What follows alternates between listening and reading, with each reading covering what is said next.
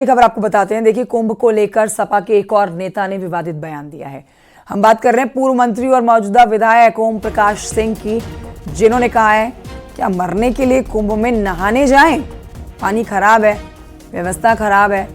मुसलमानों को कुंभ में ना जाने की सुगबुगाहट पर उन्होंने कहा कि अगर कोई मुसलमान वहां जाना चाहेगा तो मैं उसे लेकर जाऊंगा।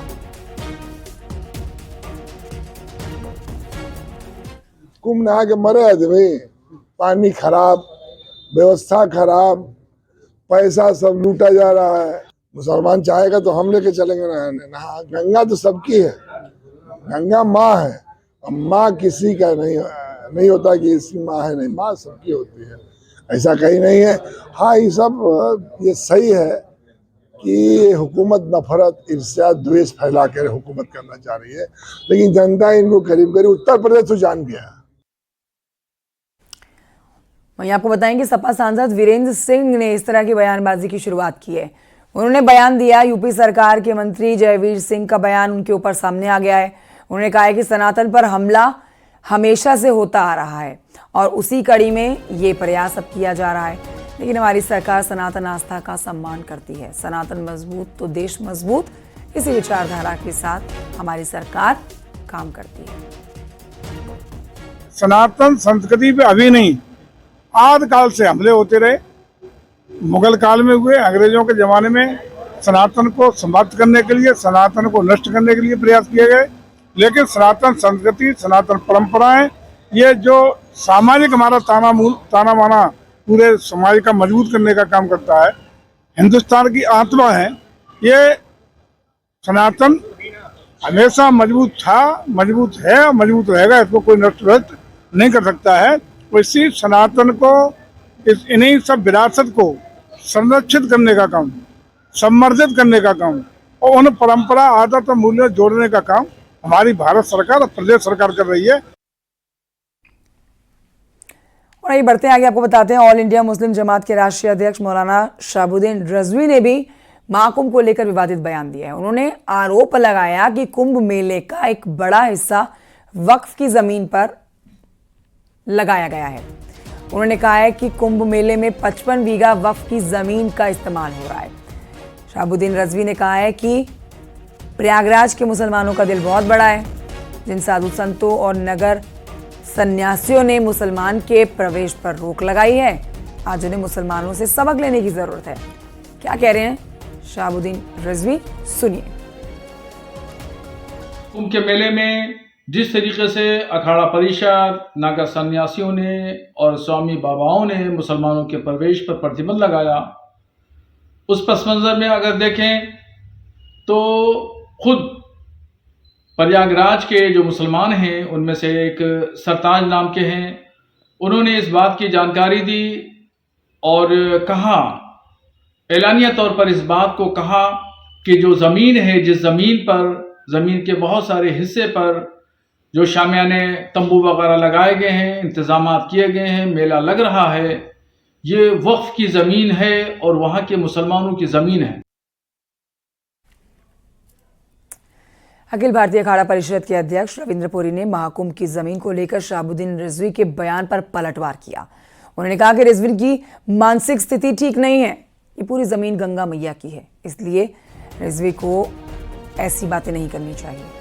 बता दें आपको, शहाबुद्दीन रिजवी ने कहा था कुंभ का एक बहुत बड़े हिस्से में जो आयोजन किया जा रहा है वो मुसलमानों की ज़मीन है। 55 बीघा मुसलमानों की ज़मीन पर महाकुंभ का आयोजन हो रहा है।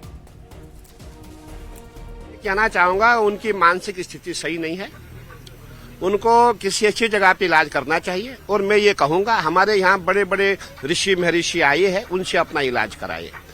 मैं ये कहना चाहूँगा, देखिए, ये जो भूमि तो गंगा मैया की भूमि है और पूरे प्रयागवासी जानते हैं। आज से 3 महीने जब आप प्रयागराज में आए थे, आपने देखा था यहाँ से लेकर के दारागंज से झूसी पूरी जो लैंड है वो गंगा मैया की है और इसी पे गंगा मैया इसी पे विराजमान होती है। और माघ मेले से 2 महीने पहले जो है ये गंगा मैया जमीन को छोड़ती है और हमारा यहाँ महाकुंभ लगने जा रहा है।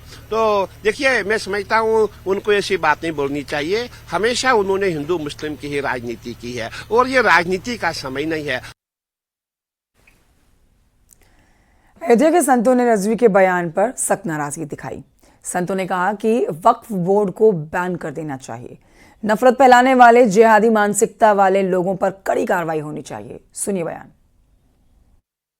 ऑल इंडिया मुस्लिम जमात हो या आईएसआईएस जैसी आतंकी संगठन हो अथवा भारत में जबरन संविधान पर थोका गया वक्फ बोर्ड हो, अब समय आ गया है कि सनातनी संगठित होकर इनको आहूत कर दें, इनका हवन कर दें। इन राक्षस प्रवृत्ति से उठकर जो समाज में सौहार्द बिगाड़ने की चेष्टा कर रहे हैं और निरंतर संविधान पर बोझ बने बैठे हैं, इनको अब समाप्त कर देने की जरूरत। देखिए, जिस प्रकार से ये जमातों का जो वक्तव्य आया है अत्यंत निंदनीय है, दुखद है।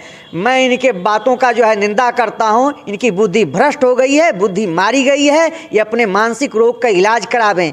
मैं सरकार से मांग करूँगा कि ऐसे जिहादी जो अनर्गल प्रलाप जो हमारे समाज में जो है दूषित वातावरण को फैलाने वाले लोग हैं, इनके ऊपर सशक्त कार्रवाई करनी चाहिए। इनके बोलने पर बैन लगाना चाहिए।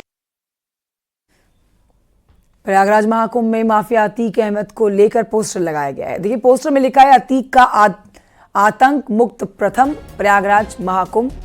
पोस्टर में अतीक अहमद की 2 तस्वीरें लगाई गई हैं और दोनों पर ही क्रॉस का निशान है। राष्ट्रीय हिंदू दल संगठन की ओर से पोस्टर लगाया गया है।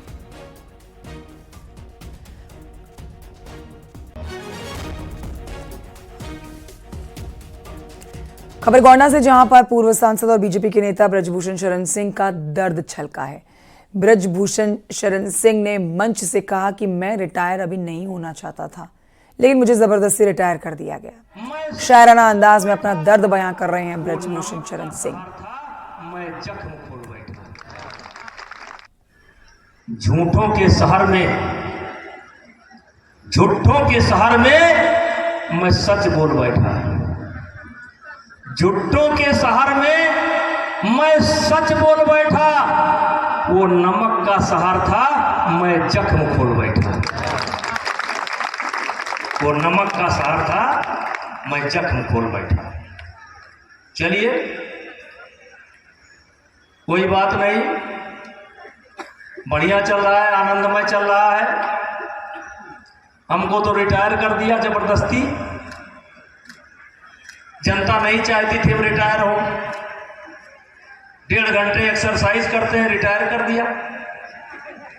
अब चलो, भगवान को जो पता था रिटायर कर दिया, कोई बात नहीं। वही है वही जो राम रच रखा। और मैंने कहा था कि मैं ज्यादा सेवा करूंगा, रिटायर होने के बाद मैं ज्यादा सेवा करूंगा, ज्यादा सक्रिय रहूंगा।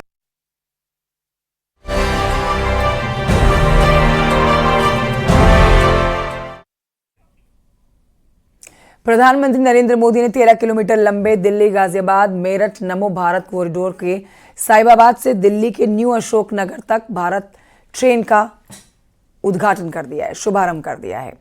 ये दिल्ली की पहली नमो भारत कनेक्टिविटी होगी जो दिल्ली और मेरठ के बीच होगी। इससे पहले आपको बताएं, पीएम मोदी ने साहिबाबाद आरआरटीएस स्टेशन से new Ashok Nagar RRTS station तक नमो भारत ट्रेन की सवारी की। सफर से पहले पीएम ने क्यूआर कोड स्कैन करके ट्रेन को सफर करने के लिए ट्रेन का टिकट भी खरीदा। इसके बाद ट्रेन में सवार हुए। यात्रा के दौरान पीएम मोदी ने बच्चों से बातचीत भी की, उनकी हौसला अफजाई की। मोदी पर बच्चों ने कई गिफ्ट्स भी दिए उन्हें, और आपको तस्वीरें भी दिखा रहे हैं। शाम 5 बजे आम यात्रियों के लिए नमो भारत ट्रेन हर 15 मिनट के अंतराल में चलना शुरू हो जाएगी। नमो भारत के लोकार्पण को लेकर लोगों में जबरदस्त उत्साह देखने को मिल रहा है। लोगों ने पीएम मोदी और सीएम योगी की तारीफ की है और धन्यवाद दिया है। लोगों का क्या कुछ कहना है इस नए रूट के शुरू होने पर, आइए जानते हैं।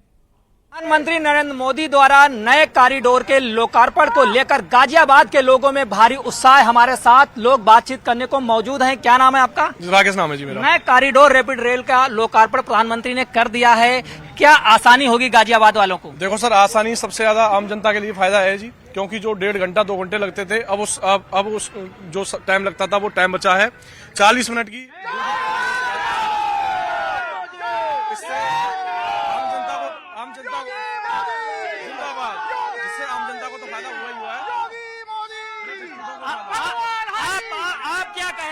कितना आसान जीवन होने वाला है लोगों का गाजियाबाद से इस नए कॉरिडोर से। दिल्ली जाना कितना आसान होगा। मेरठ तो आप पहले से ही जा रहे हैं रैपिड रेल से। भाई साहब, मेरठ पहले हम 2 से 2.5 घंटे में जाते थे। अब नए कॉरिडोर से हम 40 मिनट में मेरठ का यात्रा प्रारंभ करेंगे।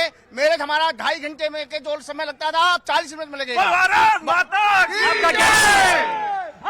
रैपिड से बहुत लोगों को फायदा होगा। एक तो सुविधाजनक यात्रा होगी, इससे समय की बचत होगी और इसमें मोदी ने बहुत अच्छे काम किए हैं। पूरे देश में रैपिड के संचालन हो गया है, तो बहुत अच्छा काम हो रहा है। रैपिड रेल से लोगों का बड़ा लाभ होगा। हमारे साथ हैं मौजूद, क्या नाम है आपका? अशोक शर्मा। अशोक जी, दिल्ली जब यहाँ से लोग जाते थे, ओला करके जाते थे या अन्य कैब करके जाते थे, काफी ट्रैफिक से सामना करना पड़ता था।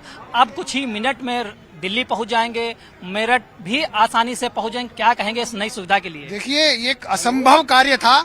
मेरठ से दिल्ली आना, डेली अप डाउन करना 4 घंटे का रास्ता था। अब 1 घंटे में या आधे घंटे में आदमी पहुंचेगा, तो कितना अच्छी बात है। और देखिए, मेरठ जो है दिल्ली के बहुत नजदीक आ गया है। जो एनसीआर में प्रॉपर्टीज के दाम इतने ज्यादा बढ़ रहे थे, तो उससे बहुत पब्लिक को राहत मिलेगी। और देखिए, भारत बहुत प्रगति कर रहा है और आने वाले समय में ऐसे ही प्रगति करेगा और ऐसे ही कम समय में पब्लिक पहुंचेगी। और मैं तो मोदी जी का बहुत बहुत धन्यवाद करना चाहता हूं।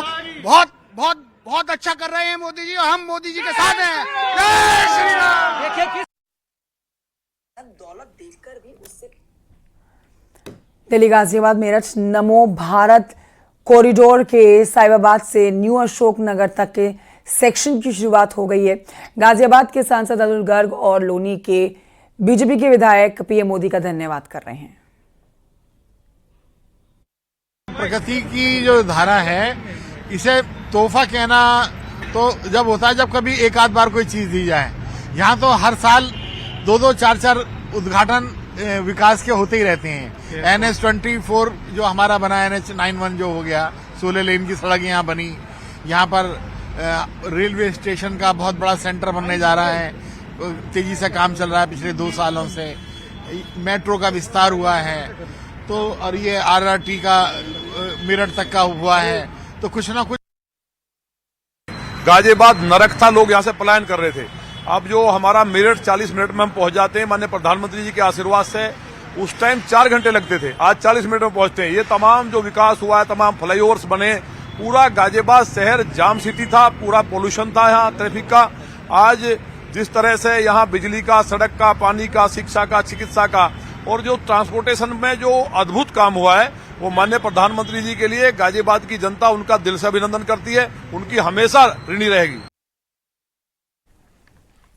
और आइए आगे बढ़ते हैं, आपको बताते हैं आज पूर्व मुख्यमंत्री कल्याण सिंह की जयंती और इस मौके पर लखनऊ के मॉल एवेन्यू में कार्यक्रम का आयोजन हुआ है। मुख्यमंत्री योगी आदित्यनाथ ने इस कार्यक्रम में शिरकत की है। पूर्व प्रधानमंत्री कल्याण सिंह को उन्होंने पुष्प अर्पित किए, श्रद्धांजलि दी है। इस मौके पर सीएम योगी ने कहा कि उनका पूरा जीवन राष्ट्र सेवा में समर्पित रहा है। उन्होंने कभी भी सिद्धांतों से समझौता नहीं किया है। श्री राम मंदिर निर्माण के लिए सरकार की तिलांजलि दी है। जो सपने उन्होंने देखे वो साकार हो गए। उन्होंने अपनी सरकार को तिलांजलि दी श्री राम मंदिर निर्माण के लिए। आज वो सपना साकार हुआ है, तो सरदेव बाबूजी की आत्मा को भी असीम शांति प्राप्त हो रही होगी कि उनका जो सपना था वो सपना साकार हुआ है। अयोध्या में श्री राम जन्मभूमि पर भगवान श्री राम का भव्य मंदिर का निर्माण का कार्य आज संपन्न हो रहा है। बहनों और भाइयों, यही है दूरदृष्टिता। जो सपना देखा था वो साकार हो गया।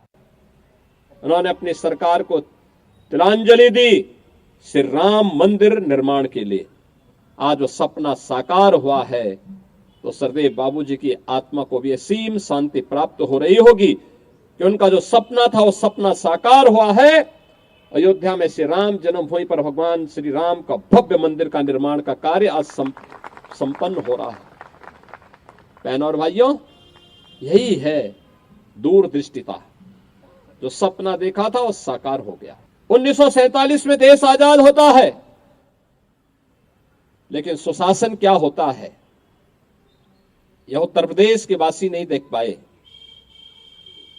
इसका पहली बार एहसास लोगों को तब होता है जब प्रदेश में स्वर्गीय कल्याण सिंह जी मुख्यमंत्री के रूप में शपथ ग्रहण करके अपनी शासन व्यवस्था को आगे बढ़ाते हैं।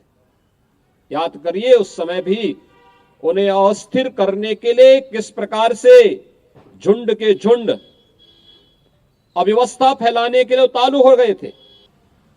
उस समय के अन्नदाता किसानों के लिए उनके द्वारा घोषित योजनाएं हो, नकल विहीन परीक्षा के माध्यम से उत्तर प्रदेश के युवाओं के भविष्य को उज्जवल करने के उनके द्वारा चलाए गए अभियान का हिस्सा हो, या शासन की शुचिता और पारदर्शिता कैसे होनी चाहिए, यह भी लोगों के लिए उदाहरणीय है, अनुकरणीय है। यूपी बीजेपी प्रदेश अध्यक्ष चुनाव से जुड़ी हुई एक बड़ी खबर आ रही है सामने। यहां मौजूद प्रदेश अध्यक्ष भूपेंद्र चौधरी को दूसरा मौका मिल सकता है। पूर्व प्रदेश अध्यक्ष का बचा हुआ कार्यकाल पूरा कर रहे भूपेंद्र चौधरी बीजेपी प्रदेश अध्यक्ष की रेस में कई और नाम शामिल हैं। दलित चेहरे के तौर पर रॉबर्ट्सगंज के पूर्व सांसद राम सकल और विद्यासागर सोनकर के नाम पर भी चर्चा हो रही है। ओबीसी चेहरे के रूप में साध्वी निरंजन ज्योति का नाम रेस में काफी शामिल है। प्रदेश अध्यक्ष की रेस में राज्यसभा के सांसद बाबूराम निषाद का नाम भी शामिल है। ब्राह्मण चेहरे के रूप में पूर्व सांसद हरीश द्विवेदी के नाम पर भी चर्चा चल रही है। बीजेपी ने यूपी बीजेपी अध्यक्ष चुनाव के लिए केंद्रीय मंत्री पीयूष गोयल को जिम्मेदारी सौंपी है। पीयूष गोयल को उत्तर प्रदेश का चुनाव अधिकारी बनाया गया है। बीजेपी अपने नए पदाधिकारियों के नेतृत्व में विधानसभा चुनाव में जीत की हैट्रिक लगाने के लिए उतरेगी। इसीलिए बीजेपी हर कदम फूंक फूंक कर रख रही है।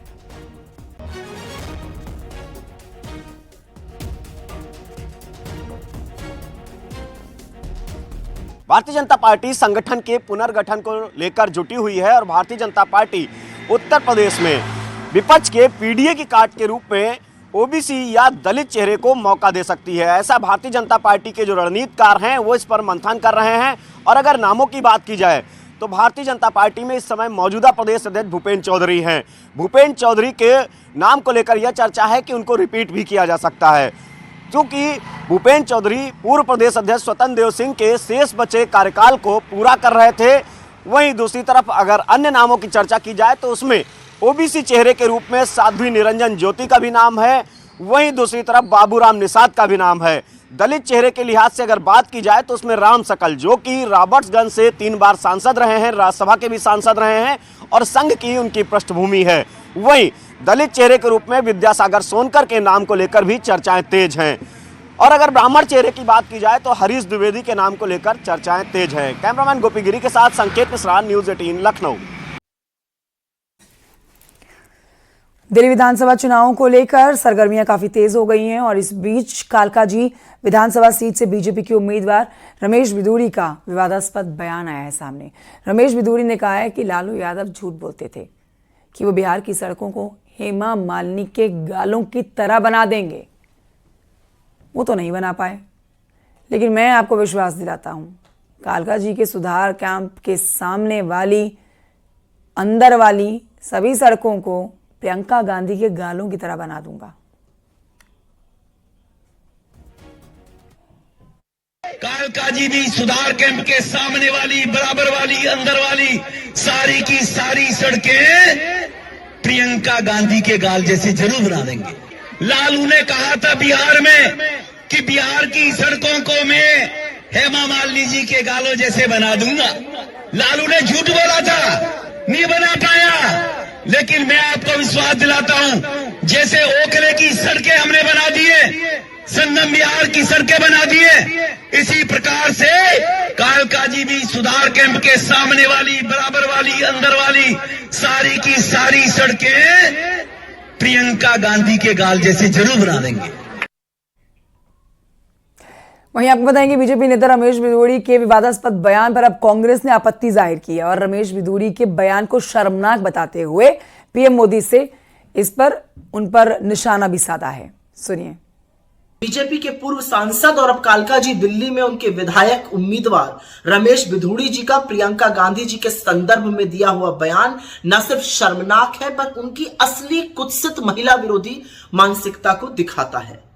जिस आदमी ने सदन में खड़े होकर अपने साथी सांसद को गंदी गंदी गालियां दी हो और उसकी कोई सजा, उसका कोई खामियाजा ना भुगता हो, उससे क्या ही उम्मीद की जा सकती है। लेकिन क्या इस घटिया भाषा, इस घटिया बयान के लिए बीजेपी की महिला नेत्रियां, महिला बाल विकास मंत्री, बीजेपी के अध्यक्ष जेपी नड्डा और खुद प्रधानमंत्री जी कुछ बोलेंगे? भाषा पूरी दिल्ली और देश जानता है, संसद के अंदर हो या संसद के बाहर सड़क पर हो, इनकी भाषा हमेशा खासतौर से महिलाओं को लेकर आपत्तिजनक रही। अभी कालकाजी विधानसभा में उम्मीदवारी इनकी घोषित नहीं हुई, पहला भाषण मैं कालकाजी के लोग हूँ, दिल्ली के लोग हूँ, कहूंगी क्या आपको ये भाषा मंजूर है? कालकाजी के लोगों से बस अब पूछना चाहती हूँ, क्या आप अपना ऐसा जनप्रतिनिधि चाहते हैं जो हमारी माँ बहन बेटियों, बात प्रियंका गांधी की नहीं है, बात सोच की, माँ बहन बेटियों के गालों जैसी सड़कें बनाने की बात करता हो? उसकी सोच, उसका नजरिया, उसका चरित्र सबके सामने है और जिसका हम पुरजोर विरोध करते हैं। माफी मांगनी चाहिए रमेश बिधूड़ी जी को अपने इस बयान के लिए। बढ़ते हैं आगे, संभल की अपडेट ले लीजिए। संभल में एक तरफ प्राचीन मंदिर, तीर्थ स्थलों, बावड़ियों और कुओं को संरक्षित करने का कार्य प्रशासन जोर शोर से कर रही है, तो वहीं एएसआई संरक्षित धरोहरों को भी संवारने पर प्रशासन की कवायद तेज हो गई है। इसी कड़ी में संभल डीएम और एसपी ने राजस्व की टीम समेत मुगलकालीन 500 साल पुराने सौंधन के किले का निरीक्षण किया है, लेकिन इसकी बदहाल और खस्ता हालत देखकर अधिकारियों ने नाराजगी जताई। इस दौरान अफसर पूरे किले के आसपास सैकड़ों घरों को देखकर चौंक गए। अधिकारियों ने जल्द से जल्द किले के आसपास किए गए अतिक्रमण को हटाने और इस किले को संरक्षित करने की बात कही।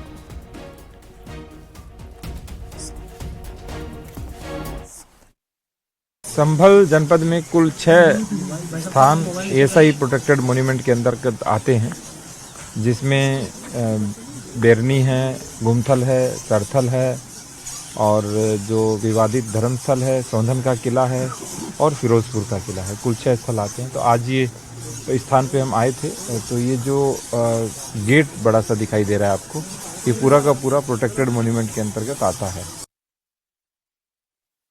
इस समय हम सौंधन का किला में हैं, जहां पर जिलाधिकारी और एसपी समेत एसडीएम यहां पर पहुंचे हैं।